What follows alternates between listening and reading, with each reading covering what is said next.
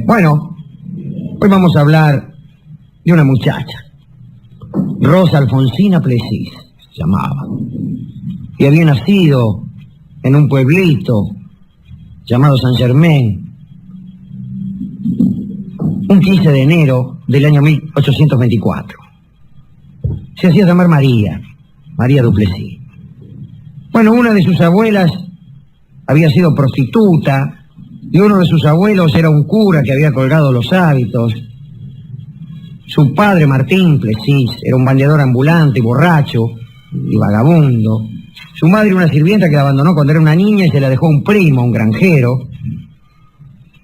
Bien, a los 12 años María tuvo su primer amante, que era un mozo de la granja del primo de la madre. Cuando el primo se enteró, devolvió a María a su padre, pero el padre a su vez la entregó a un rico soltero llamado Plantier a cambio de una suma de dinero. La vendió. Estuvo un año con Plantier. Después volvió con el papá. Después se marchó a París con unos parientes. Se pudrió de los parientes. Fue a vivir al barrio latino en compañía de unos estudiantes. Y ahí se ganaba la vida haciendo mandados y prostituyéndose cada tanto.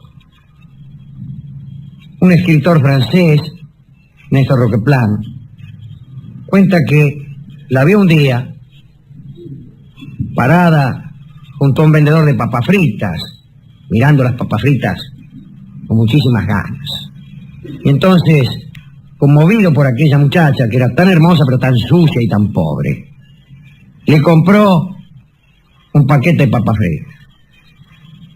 Y después la volvió a ver 2 años después, ya en compañía de aristócratas, dándose la gran vida en París. Parece que efectivamente a los 16 años era una campesina ruda, que apenas sabía leer y escribir, y a los 20 ya era una mujer refinada que dictaba normas de buen gusto en el frívolo París. Tenía 6 sirvientes, leía a Víctor Hugo y a Musset, y los hombres más ricos de Francia se arruinaban por eso. Parece que la buena estrella de María comenzó un día que fue a comer con unos estudiantes a un restaurante, y el tabernero la vio y dijo, ¡ay, Dios que mira! Y le propuso que se quedase con él. Aceptó María, y el tabernero le puso un departamentito en la calle del Arcade, cerca de la iglesia de la Madeleine. La llevaba al teatro cada tanto, y ahí en los teatros, claro, el teatro era un punto para lucirse, para mostrarse en aquellos años. Y por ahí la entraban a relojear algunos bacanes.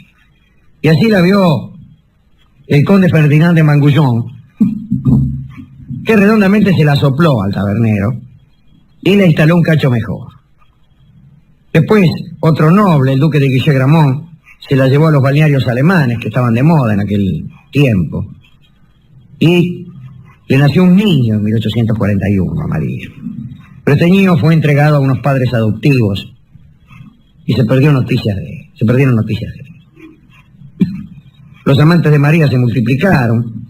Llegó a tener 7 amantes fijos, a los que concedía una noche por semana, lo cual parecía no molestar a los amantes. Hicieron una vaquita y le compraron una mesa de luz con 7 cajones. ¿Qué quería tanto? Uno para cada uno, para que los tipos guardaran sus cosas. Las medias, cepillo de dientes. El Vivaporú. Ese yo, el Vivaporú. Bueno, el nastisol, vio que se te tapa la nariz, no sabes qué hacer. El pañuelo para la noche. El pañuelo, van a andar con el pañuelo del otro. O con la sábana. Pañuelo, digo, la noche. Pañuelo, sí, eso le iba a decir. Él dijo que lo guarda bajo la almohada. Muy bien. Se instaló después en el 17 del Boulevard de la Madeleine y ahí vivía muy lujosamente. Uno de sus amantes era el conde de Stackelberg, casado, fabulosamente rico y de 80 años. Pero... se mantenía, ¿no? Sí, se mantenía, ¿eh? Parece que no buscaba él, como alguno dijo, una imagen filial en ella. Sino que no era un Edipo que buscara a su Antígona, dice su biógrafo más célebre, que ya sabremos quién es. Sino más bien un David que buscaba a su Betsabé, pero se equivoca ahí el biógrafo, porque en realidad no es Betsabé, sino la Sulamnita, la que el rey David eligió, la jovencita que el rey David eligió para que le calentara el lecho cuando él estaba próximo a morir. Dicen que era hermosa, alta, delgada, de cabello negro, de tez blanca, de ojos brillantes, de labios rojos, tal vez porque la tuberculosis ya empezaba a molestarla, y de maravillosos dientes. Y llevaba como adorno siempre camelias blancas, salvo en esos días del mes en que las llevaba rojas. Y en 1842, cuando ella tenía 18 años, la conoce un joven escritor, o por mejor decir, el hijo de un gran escritor, que después también sería escritor, llamado Alejandro Dumas. El día en que se conocieron, estaban cenando con unos amigos. Ella tuvo un acceso de tos y se rajó para la habitación. Dumas la siguió y vio cómo escupía sangre en su pañuelo. Ahí mismo se le declaró Dumas. Ella lo rechazó primero y lo aceptó después. Tuvieron unas relaciones turbulentas. Dumas era muy celoso, era celoso de los amantes que ella tenía, de los que había tenido y de los que pudiera tener. Finalmente rompieron, mejor dicho, rompió Dumas con una carta que ella nunca contestó. Una carta que con muy pocas variantes aparece en la novela que Alejandro Dumas escribió sobre esta mujer. Y la novela se llama, obviamente, La Dama de las Camelias. Cada vez más enferma, María se entregó con total inconsciencia a sus amantes, entre los que figuraba, por ejemplo, Franz Liszt, el pianista y compositor, que dijo que fue quizá la única mujer de la que estuvo realmente enamorada. El vizconde de Perregaux le propuso casorio, la llevó a Londres, se casó con ella, en Kensington. El matrimonio no fue reconocido en Francia y después se separaron. Perregaux la fue a visitar un día en 1847, la vio muy mal, se marchó y aquella madrugada se moría. María. Era un 3 de febrero del 1847. La enterraron en el cementerio de Montmartre, donde hoy todavía yace. Y muy pocos meses después de la muerte de María, su antiguo amante Alejandro Dumas empezaba a escribir La Dama de las Camelias. ¿Sí? Y María pasaría a ser inmortal, pero con otro nombre, Margarita Gautier. Y su amado, Armando Duval, tiene curiosamente las mismas iniciales que el autor de la obra, Alejandro Dumas.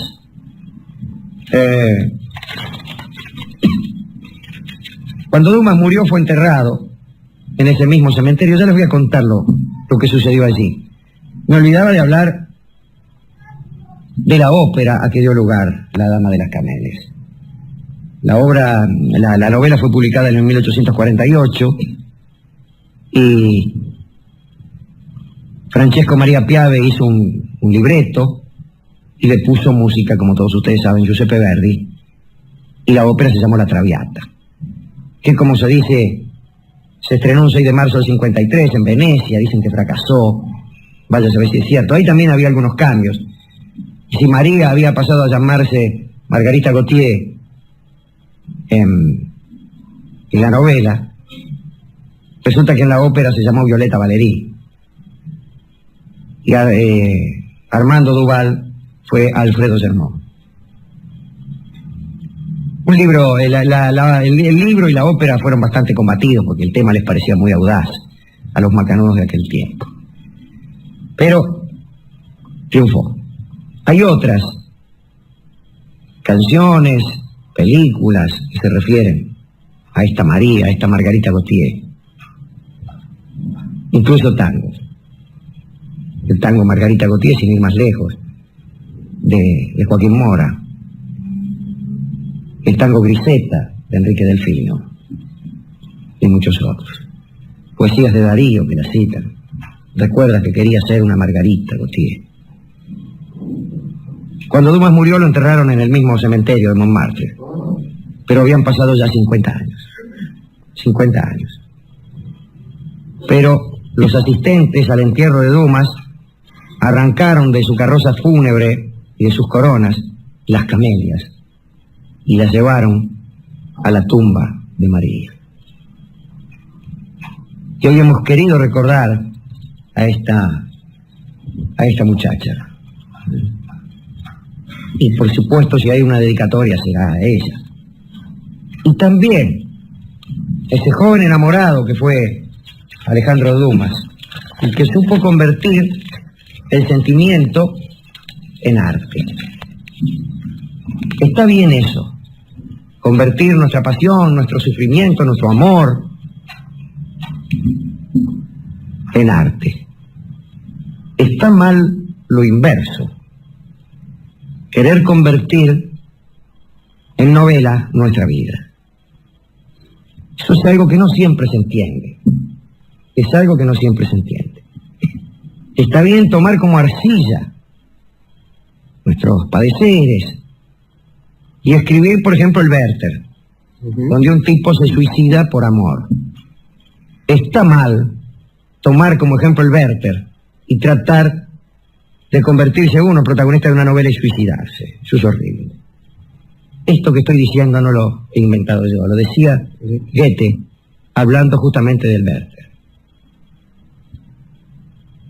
También entonces para Alejandro Dumas y para todos aquellos que saben utilizar los sufrimientos y las tribulaciones de la vida para generar arte. ¿Y qué dedicarle a esta muchacha y a estos enamorados artísticos? Y bueno, ya que estamos, vamos a escuchar un fragmento, tal vez el más alegre, de esa triste historia que Verdi convirtió en La Traviata. Adelante entonces con el brindis.